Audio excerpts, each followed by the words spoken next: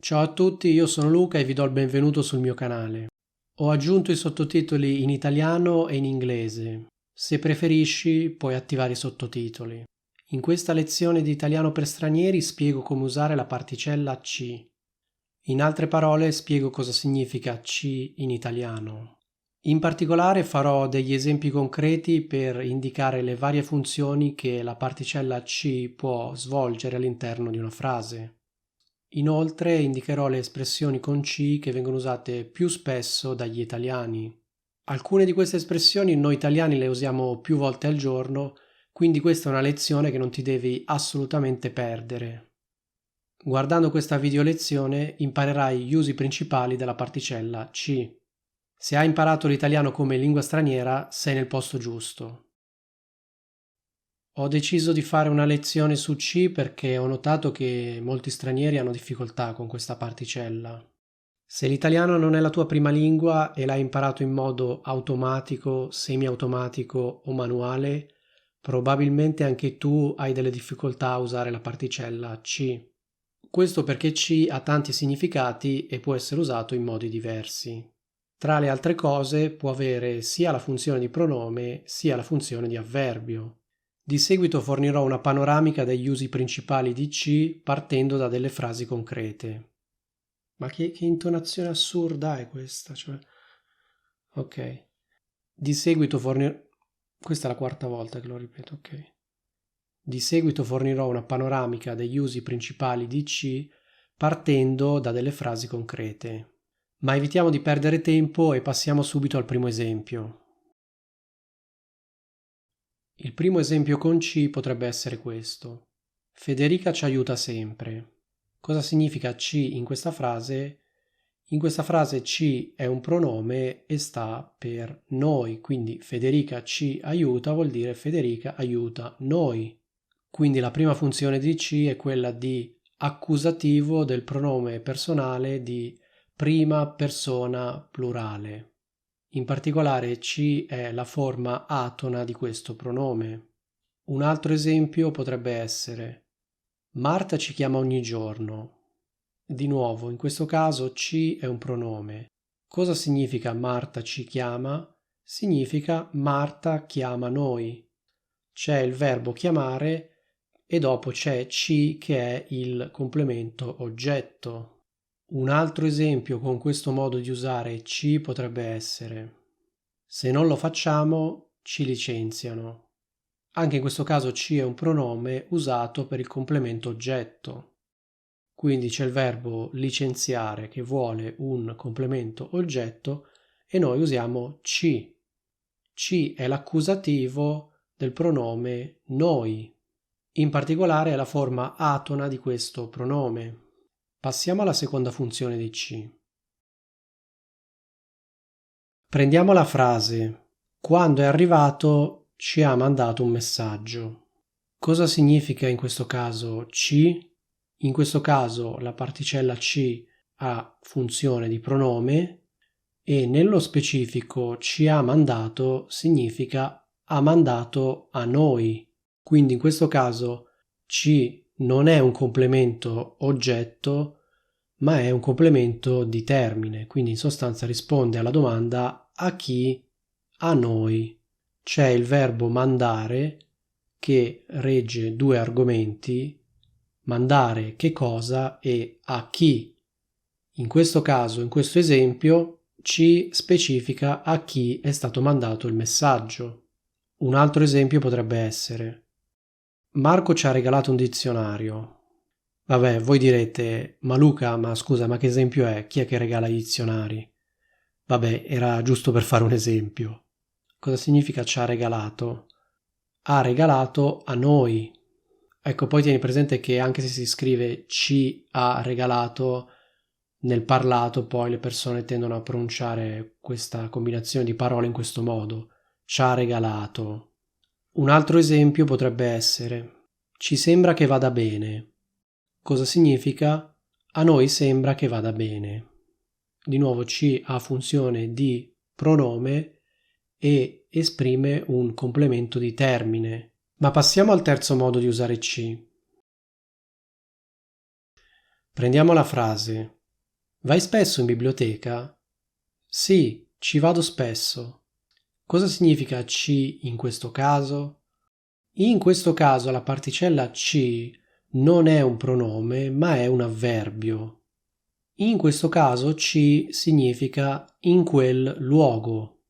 Quindi ci vado spesso può essere parafrasato come vado spesso in quel luogo. Visto che stavamo parlando della biblioteca, vado spesso in biblioteca. Tra parentesi, in questo tipo di frase io potrei anche dire sì, vado spesso, senza il ci, ma se aggiungo la particella ci, questa sta a significare in quel luogo. Un'altra frase di esempio potrebbe essere: quante volte vai in palestra? Ci vado 3 volte alla settimana. Cosa significa ci in questo caso? Ci significa in quel luogo. Quindi, visto che stavamo parlando della palestra, la frase può essere parafrasata in questo modo: in palestra vado 3 volte alla settimana. Un altro esempio potrebbe essere: quel ristorante lo conosco bene, ci sono andato tante volte. Cosa significa ci in questo caso? Anche in questo caso ci è un avverbio e significa in quel luogo. Quindi, visto che stavamo parlando di quel ristorante, ci significa in quel luogo, in quel ristorante. Quindi, come vedete da questi esempi che vi ho fatto, ci è un avverbio che ha la funzione di complemento di moto a luogo, cioè viene usato con i verbi che esprimono movimento e fondamentalmente significa lì in quel luogo. Quindi il riferimento è al luogo di cui si stava parlando prima. Ecco, passiamo alla quarta funzione della particella ci. Prendiamo la frase: l'entrata è molto larga, ci passano anche i camion. Cosa significa in questo caso ci passano? Significa attraverso quel luogo. Quindi, visto che si parlava di un'entrata, ci passano vuol dire attraverso l'entrata passano. In questo caso ci ha una funzione simile alla precedente, però qual è la differenza? Che nei casi che abbiamo esaminato prima ci si riferiva a una direzione, invece in questo caso ci si riferisce a un luogo attraverso il quale si passa. Un altro esempio potrebbe essere questo: conosco molto bene quella via, ci passo ogni giorno. Cosa significa ci passo? Significa passo attraverso quel luogo, e visto che stavamo parlando di una via, passo attraverso quella via, cioè in altre parole faccio quella via, attraverso quella via. Un altro esempio potrebbe essere: è un paesino piccolo, ma ci passa la ferrovia. Cosa significa ci passa la ferrovia? Significa che la ferrovia passa anche da lì, passa attraverso quel luogo. Ecco, passiamo alla quinta funzione di ci. Per esempio, prendiamo la frase: rimango qui perché ci sto benissimo. Cosa significa questa frase? Rimango qui perché qui sto benissimo. Quindi anche in questo caso ci è un avverbio e in particolare significa in questo luogo, nel luogo di cui si stava parlando. Quindi non indica tanto una direzione, ma uno stato, cioè il trovarsi in un determinato luogo. Un altro esempio potrebbe essere: finalmente ci siamo. Cosa significa? Finalmente siamo lì, in quel luogo. In particolare poi questa frase di solito viene usata quando si vuole dire finalmente siamo in quel luogo dove volevamo essere. Oppure un altro esempio con ci potrebbe essere: preparati, ci siamo quasi. Cosa significa? Preparati, siamo quasi in quel luogo. Il riferimento è a un luogo di cui si stava parlando. Poi con questo significato la particella ci compare anche in alcune espressioni idiomatiche. Per esempio, ci sei? Ci sei? Cosa significa ci sei? Questa è una domanda che viene fatta per chiedere alla persona se ha capito quello che abbiamo detto oppure se è pronta. Quindi a seconda dei casi la domanda "ci sei?" può essere una variante di "hai capito?" oppure "sei pronto?" oppure "sei pronta?" Nel primo caso serve per chiedere a una persona se ha capito, nel secondo caso serve per chiedere a una persona se è pronta, cioè se ha finito di prepararsi. Oppure un altro modo di dire con ci usato in questo modo è non ci siamo proprio. Cosa significa? Siamo fuori strada. In questo caso ci si riferisce al luogo in cui dovremmo essere. E in particolare questo modo di dire viene spesso usato per indicare il fatto che determinate persone hanno fatto una cosa completamente diversa da quella che avrebbero dovuto fare. Per esempio, mi hanno fatto una proposta ridicola. Non ci siamo proprio. Cosa significa non ci siamo proprio? Non siamo nel punto in cui dovremmo essere. Siamo molto lontani da dove dovremmo essere. Ecco, passiamo alla sesta funzione della particella C. Per esempio, prendiamo la frase: in biblioteca ci sono molte persone, soprattutto al sabato mattina. Sì, come no, vabbè, era tanto per dire.